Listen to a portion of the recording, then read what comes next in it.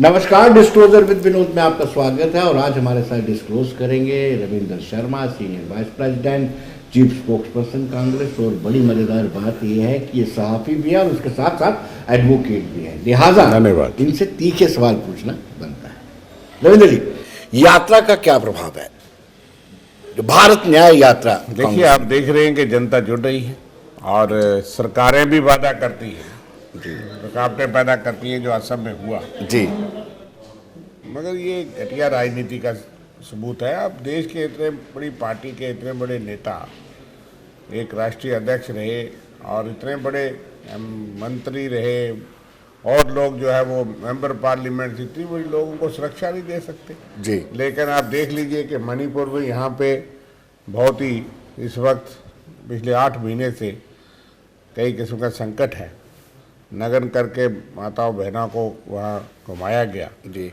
और इतने लोग, हज़ारों लोग बेघर हैं और सैकड़ों लोग जो हैं वो शहीद हो गए, मारे गए, लेकिन फिर भी वहाँ पुरअमन यात्रा निकली जी। हज़ारों लोग कांग्रेस को, राहुल गांधी को मिलने आए और उस यात्रा में शामिल हुए। मेघालय में कितने लोग हुए, लेकिन आसाम में हमारी एक भगोड़े वहाँ चले गए थे वॉशिंग मशीन से, मुख्यमंत्री हैं, तो उनको ये टास्क है कि वहाँ हमले भी हों, फिर रुकावटें भी पैदा हों, फिर उनको यात्रा में करने में। ऐसा राजनीति नहीं होनी चाहिए। रथ यात्रा भी तो अडवाणी जी निकाले थे जी। लेकिन वो ठीक है, वो तो एक किसी और मुद्दे पे था, उसको रोका गया, वो एक अलग तरीका था, गिरफ्तार लेकिन भी हमले किया तो गया नहीं था। किए गए भाई, जी। है ना। आप हमले करवाते हो और इसलिए यात्रा चलना ये जमहूरियत की खूबसूरती है कि हर पार्टी अपनी बात करे, जनता में जाए, जी। चुनाव होगा, लेकिन जनता का रिस्पांस बहुत बढ़िया है।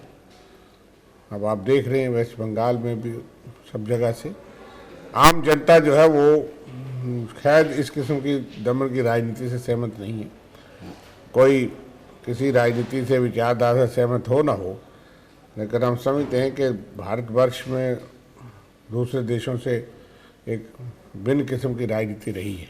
जी। हम एक कामयाब और मजबूत डेमोक्रेसी रहे हैं और अडवाणी जी ने कहा था कि इसमें सिर्फ दूसरों के, विरोधियों के जो विचारधारा या बात का सम्मान भी किया जाता है, इसलिए हम कामयाब हैं। जी। रविंद्र जी, आपने कहा कि लोग जुड़ रहे हैं, लोग तो जुड़ रहे हैं, लेकिन इंडिया अलायंस के घटक दल, प्रमुख घटक दल आहिस्ता आहिस्ता किनारा कर रहे हैं। देखिए, आप बिहार की, वेस्ट बंगाल की बात कर एग्जाम्पल लीजिए, आप देंगे। आम आदमी पार्टी की बात कर लीजिए। देखिए, एक आप तो यह बिहार है की बात कर कि हर लीजिए। पार्टी का अपना राजनीतिक अस्तित्व होता है, उसके लिए सबको चिंता रहती है, लेकिन यह है कि कुछ दलों को ऊपर उठना चाहिए था। एक अल्टरनेटिव गवर्नमेंट और अल्टरनेटिव विकल्प लोगों के पास देना चाहिए। और अभी भी हम विश्वास करते हैं कि काफ़ी सरकार की तरफ से भी कोशिशें पहले ही थी और जिस किस्म का वातावरण है कि कई ईडी एजेंसीज उनका दुरुपयोग किया जाता है, शायद जो वो भी वजह हो, लेकिन अल्टीमेटली वेस्ट बंगाल में जो मेरी सूचना है कि वो दूरी नहीं है और वो जब गठबंधन ममता को बनर्जी ने कह दिया कि सारी सीटों पर मैं ही लड़ूंगी, तो फिर दूरी का मतलब आप नहीं, ऐसी बात नहीं। आप रिजल्ट या फिर आप बोल दीजिए कैमरे के सामने कुछ सेटिंग वेटिंग रिजल्ट देखेंगे आप, क्योंकि बात यह है कि वो लोग सहमत नहीं है अंदर खाते में। और आप बिहार में भी रिजल्ट देखेंगे कि लोग ये तमाशा जो देख रहे हैं दुनिया, कि जो आदमी पूरे विपक्ष को इकट्ठा करने चला था वो खुद बदल जाए, ये कैसा संभव है? या तो कोई दबाव था या इतना भी लालच है। अगर पलटू राम की राजनीति तो उनको पुरस्कार देना चाहिए, लेकिन लोग कैसे कबूल करेंगे कि आप कहते हो। इसलिए बात यह है कि कई चीज़ें हो सकता है, क्योंकि जिस दबाव में काम कर रहे हैं, मेरे पास सूचना तो नहीं है जी। लेकिन ये मैं समझता हूँ कि फिर भी वो बीजेपी को फायदा नहीं मिलेगा। आपने इंडायरेक्टली मान लिया है कि बिहार और वेस्ट बंगाल में कोई सेटिंग हुई है कांग्रेस की? नहीं, ये मैं नहीं जानता, लेकिन आप बिहार की जनता जवाब देगी। जी। मुझे ये लगता है विनोद जी कि जिस तरीके से राजनीति है, आप कोई अप्रिशिएट तो नहीं कर रहा जी। और उस चीज़ का लीडर कहीं और हो सकते हैं, जनता कहीं और चली जाएगी। जी। मुझे लगता है कि वहाँ फायदा होगा गठबंधन को, इंडिया अलायंस को। जी। इस चीज़ का नुकसान नहीं होगा। जी। लेकिन जिस तरीके से आपने कल्पना की थी कि आम आदमी पार्टी भी आपके साथ अलायंस बना करके लोकसभा चुनाव में लड़ेगी, और वो पार्टी जो बनी ही आपके खिलाफ थी, अन्ना हजारे के आंदोलन के बीच में वो निकल के आई थी। अन्ना हजारे का आंदोलन बिल्कुल ही आपके विपरीत था। कैसे आपने कल्पना कर ली कि अभी भी आपने कैसे सोच लिया कि वो बीजेपी के साथ मिल वो जाएंगे? साफ कह रहे हैं कि कहने और करने में नीचे कहीं और अंतर होता है, ये ज़रूर बात है। लेकिन जिस किस्म की राजनीति है उसमें आप बहुत ज़्यादा तो मैं नहीं बोलना चाहूँगा, आप समझते हैं कि जिस किस्म का दबाव है, मगर फिर भी जो लोग बीजेपी से त्रस्त हैं, तंग हैं, बीजेपी के शासन से, तरीकाकार से, आप खुद देख रहे हैं, तो वो बीजेपी का फायदा क्यों करेंगे? जी गठबंधन पहले हो बाद में हो, लेकिन मुझे लगता है कि कोई चुनाव से पहले कोई चुनाव के बाद जी वो तमाम दल जो आपको नजर आते थे दूर, वो आपको कहीं ना कहीं नजर आएंगे। वैकल्पिक सरकार के लिए अभी प्रयास चलेगा, ऐसा नहीं है, क्योंकि 63% वोट विपक्ष में गए थे, तो उसमें 2-4-5% अगर इधर उधर भी हो जाएंगे, लेकिन मुझे लगता है कि एक बड़ा दल, बड़ी परसेंटेज जो है वो बीजेपी की राजनीति के खिलाफ है। जी, यानी प्री पोल नहीं पोस्ट पोल अलायंस होगा। प्री पोल भी होगा, अल्टीमेटली निकलने तो दो। अभी बयानबाजी चलती रहती है कि हर पार्टी जो है वो अपने कॉर्डर्स को इंटैक्ट रखने के लिए, अपनी स्पेस के लिए प्रयास करती है, बाद में सीट शेयरिंग कई जगह हो जाएगा। जी, राजनीतिक गलियारों में ये चर्चा है कि आपका यानी कांग्रेस का सलाहकार कोई नागपुर से आया हुआ है जो हर काम आपसे गलत करवाता है। मंदिर के आमंत्रण को ठुकरा देना, क्या आपको नहीं लगता है कि एक बड़े सेक्शन के सेंटिमेंट्स के साथ खिलवाड़ करना है? चलो आप अच्छी बात है, उनको खुश होना चाहिए जो हमको चुनौती देते हैं, उनका सलाहकार इधर है। लेकिन बात यह है कि मंदिर चलती है कि कोई सलाहकार इनका मंदिर के लिए, देखिए बात यह है कि राम जी सबके सब भगवान के हैं, वो भगवान है, उन पे तो राजनीति होनी नहीं चाहिए। हम राजनीति नहीं कहते, लेकिन यह कि मंदिर के कबाड़ खोलना, फाउंडेशन स्टोन ले करना, ये सारे इतिहास में लोग जो जानते हैं, लेकिन अधूरे मंदिर के उद्घाटन करने की जल्दी क्या थी? जैसे आप समझते हैं कि किसी मज़हब में अकाल तख्त का फरमान सबसे शाही होता है, सनातन धर्म में तो शंकराचार्य ही धर्म के सारे पिलर्स माने जाते हैं। तो वो तो उनकी बात को कोई नहीं सुना गया कि अगर उन्होंने कहा कि अधूरे मंदिर का निर्माण अभी पूरा नहीं हुआ, तो आप जो है एक सियासी पार्टी के मुखिया भी हैं, प्रधानमंत्री तो हैं, तो उद्घाटन करवाते किसी महान शंकराचार्य वो लोग हैं, और उसमें किसी को आपत्ति नहीं थी। जी, उनको आपत्ति थी जो धर्मशास्त्र को जानते हैं कि अधूरा मंदिर है। जी, हमने ये तो नहीं कहा, हमने कहा कि जो शास्त्र विधि है उसके मुताबिक हो, और बाकी यह है कि वहाँ जाना ना जाना ये एक मुद्दा बनाया गया। लेकिन आपने ठुकराया निमंत्रण ये कह करके कि वो राष्ट्रीय स्वयंसेवक संघ और भारतीय जनता पार्टी का आयोजन है, एक राजनीतिक। आपने ये नहीं कहा कि ये अधूरा है या निर्माणाधीन है, आपने ये कहा तो धर्मशास्त्री ही जो है वही टिप्पणी कर सकते थे। जी, उन्होंने जो कहा हमने उसको भी माना और समझा। लेकिन यह है कि इस पे तो कोई विवाद नहीं, भगवान राम को सब मानते हैं, और भगवान राम के मंदिर पे जो सुप्रीम कोर्ट का फैसला हुआ वो तो बीजेपी ने नहीं बनाया। जी, बहुत से कई सालों से, सदियों से वो केस चलते थे, और आप इतिहास पूरा देखिए कि कितने अरसे से वो केस चल रहे थे, और अल्टीमेटली एक दिन तो फैसला अंतिम होना था। तो इसलिए सुप्रीम कोर्ट का फैसला इनके वक्त आ गया, तो ये उसका क्रेडिट लेना चाहते हैं। और मंदिर निर्माण तो सुप्रीम कोर्ट के दिशा निर्देश के अनुसार हुआ, लेकिन मुकम्मल होने तक क्यों नहीं इंतजार किया गया? चुनाव जल्दी आ गए थे, तो ये सब समझते हैं।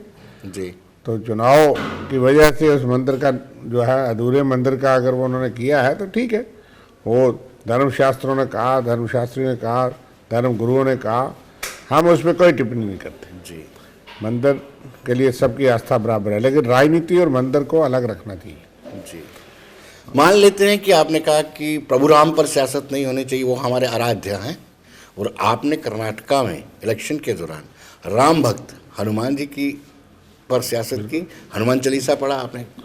जब बीजेपी ने भगवान राम का नाम लिया, हनुमान जी का लिया, तो हमने भी पढ़ा। जी, वो तो हम किसी एक के नहीं ना है, फिर भगवान राम भी इनका साथ नहीं देंगे। अगर बजरंग बली ने साथ नहीं दिया, राम भक्त थे।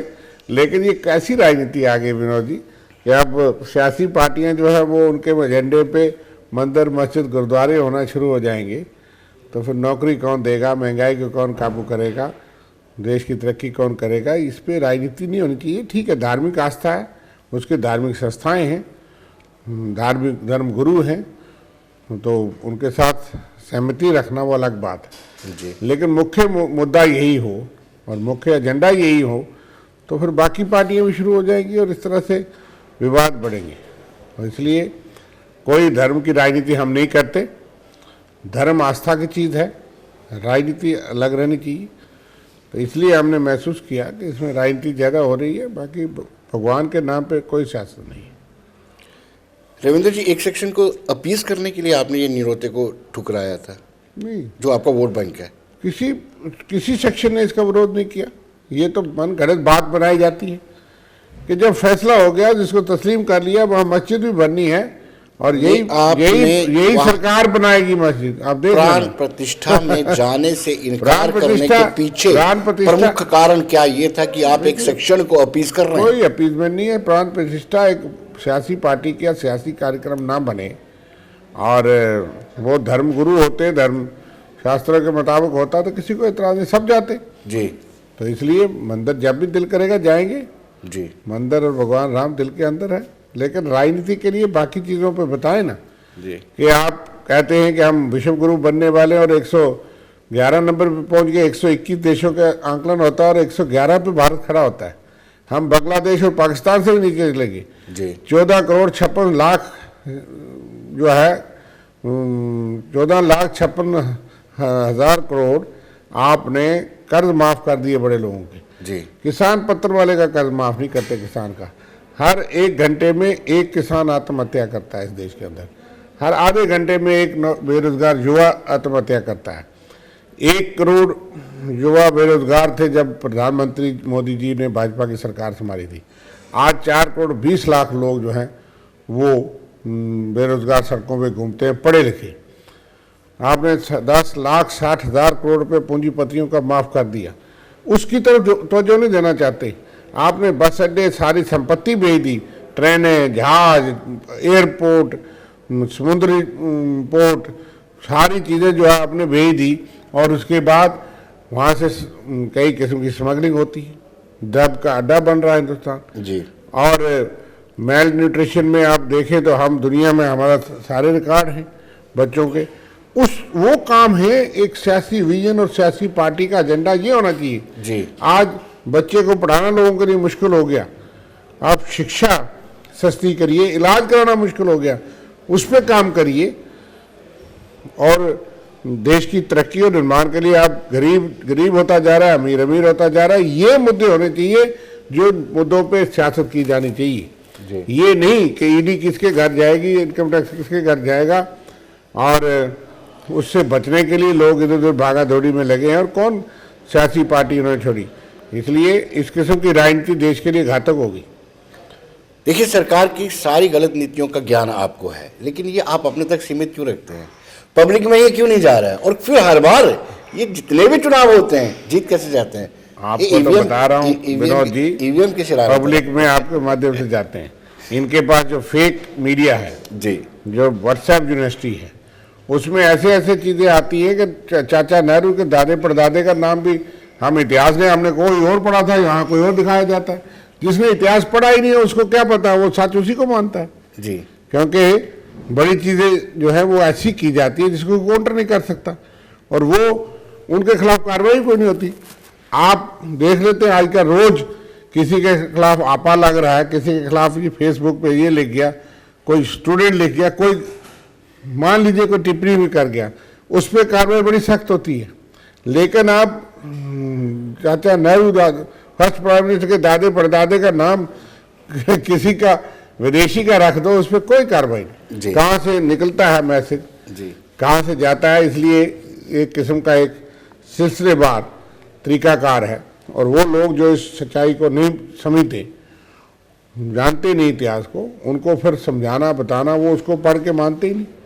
इसलिए लेकिन ये दौर नहीं चलेगा। मैं आपको ये कह रहा हूँ, लोग महसूस करेंगे जो पार्टियां राज करती हैं जैसे देश को, उनका काम है सिर्फ मंदिर मस्जिद गुरुद्वारे बनाना ही काम नहीं है।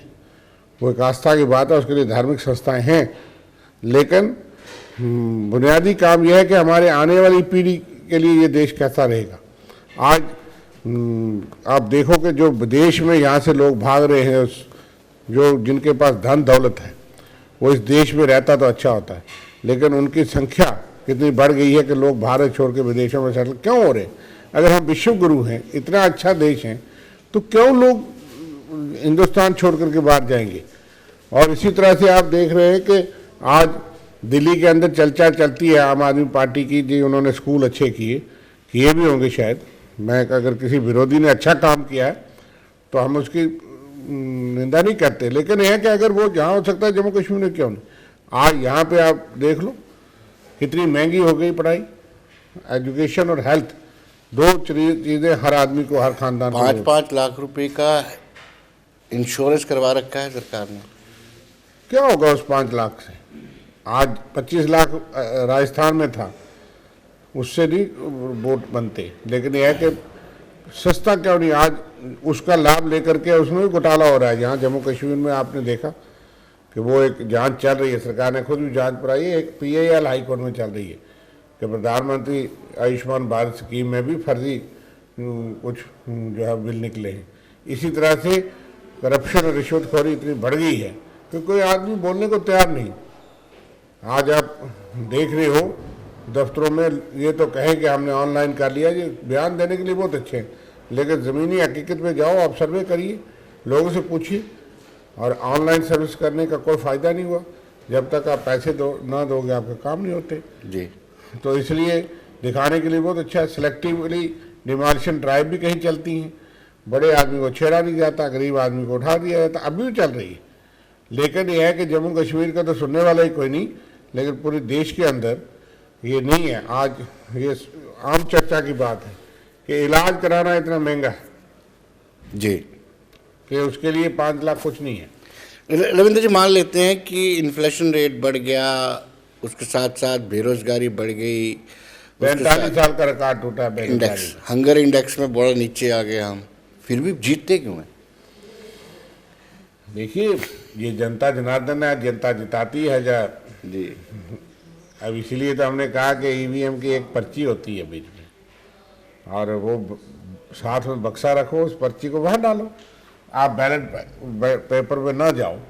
लेकिन यह है कि आप, एक तो ये वजह भी होनी चाहिए क्योंकि इतने लाखों मशीनें, आप रोज आंकड़े देखते हैं कि जो डिफंक्ट पाई गई, खराब पाई गई, मिसिंग पाई गई जी। अगर एक चीज़ बनती है तो वो उसका हिसाब किताब, बक्से का भी हिसाब होता था। आज तो लाखों मशीनें EVM गायब हैं, किसी एक इलेक्शन में यूज होने के बाद वो कहाँ चली जाती है। और कई लोग दावे कर रहे हैं कि इसमें टेम्परिंग हो सकती है। तो 16 देश जिन्होंने बंद कर दी है, जिन्होंने ईजाद की थी इस EVM मशीन को, इटली और उन लोगों ने, उन्होंने बंद कर दिया जी। तो यहाँ एक तो वजह, दूसरा यह है कि आप मोमेंटरली चुनाव के नज़दीक लोगों को जो है वो